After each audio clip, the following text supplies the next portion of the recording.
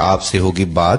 یہ واقعہ ایک سعودی نوجوان کا ہے۔ یہ اپنی زندگی سے مطمئن نہیں تھا۔ اس کی تنخواہ صرف 4000 ریال تھی۔ شادی شدہ ہونے کی وجہ سے اس کے اخراجات اس کی تنخواہ سے کہیں زیادہ تھے۔ مہینہ ختم ہونے سے پہلے ہی اس کی تنخواہ ختم ہو جایا کرتی تھی اور اسے قرضہ لینا پڑتا تھا۔ یوں وہ آہستہ آہستہ قرضوں کی دلدل میں ڈوبتا چلا جا رہا تھا اور اس کا یقین بنتا جا رہا تھا کہ اب اس کی زندگی اسی حال میں ہی گزرے گی۔ باوجود یہ کہ اس کی بیوی اس کے مادی حالت کا خیال کرتی، لیکن قرضوں کے بوجھ میں تو سانس لینا بھی دشوار ہوتا جا رہا تھا۔ ایک دن وہ اپنے دوستوں کی مجلس میں گیا۔ وہاں اس دن ایک ایسا دوست بھی موجود تھا جو صاحب رائے آدمی تھا، اور اس نوجوان کا کہنا تھا کہ میں اپنے اس دوست کے مشوروں کو قدر کی نگاہ سے دیکھتا تھا۔ کہنے لگا کہ میں نے اسے باتوں باتوں میں اپنی کہانی کہہ سنائی اور اپنی مالی مشکلات اس کے سامنے رکھی۔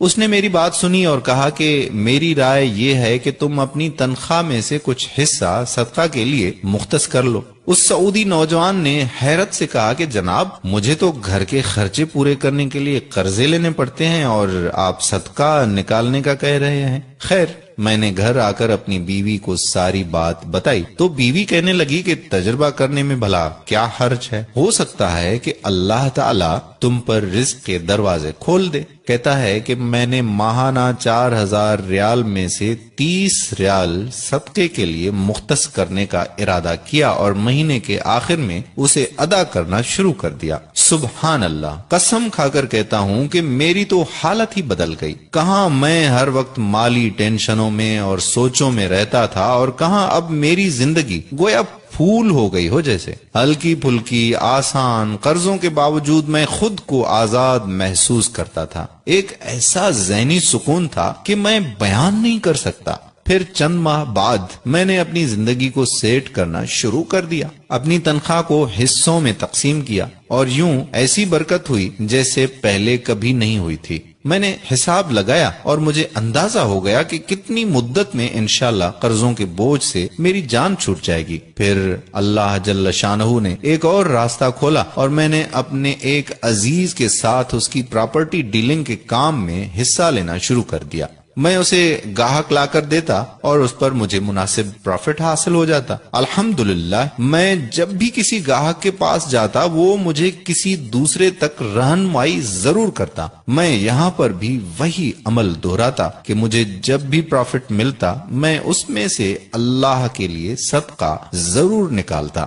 وہ کہتا ہے کہ اللہ کی قسم، صدقہ کیا ہے کوئی نہیں جانتا سوائے اس کے کہ جس نے اسے آزمایا ہو۔ صدقہ کرو اور صبر سے چلو، اللہ کے فضل و کرم سے خیر و برکتیں اپنی آنکھوں سے دیکھو گے۔ تو میرے پیارے بھائیوں اور محترم بہنوں، صدقے کی بہت زیادہ اہمیت ہے۔ جتنا ہو سکے زیادہ سے زیادہ صدقہ کریں۔ ایک صدقہ تو آپ ابھی اس وقت نکال سکتے ہیں، اور وہ صدقہ یہ ہے کہ آپ اس ویڈیو کو زیادہ سے زیادہ شیئر کریں تاکہ لوگوں کو صدقہ کرنے کی توفیق ہو، اور جو بھی صدقہ کرے گا اس کا ثواب آپ کو بھی ملے گا اور ہمیں بھی ملے گا۔ جب آپ کسی مسلمان کو تنخواہ میں سے صدقے کے لیے رقم مختص کرنے کا کہیں گے اور وہ اس پر عمل کرے گا تو آپ کو بھی اتنا ہی اجر ملے گا جتنا صدقہ کرنے والے کو ملے گا، اور صدقہ دینے والے کے اجر میں کوئی بھی کمی واقع نہیں ہوگی۔ سوچئے، آپ اس دنیا سے چلے جائیں گے اور آپ کے سبب آپ کے پیچھے کوئی صدقہ کر رہا ہوگا۔ صدقے کی نیت سے اس ویڈیو کو زیادہ سے زیادہ اپنے دوستوں احباب کے ساتھ شیئر کریں۔ آخر میں وہی التجا کہ آپ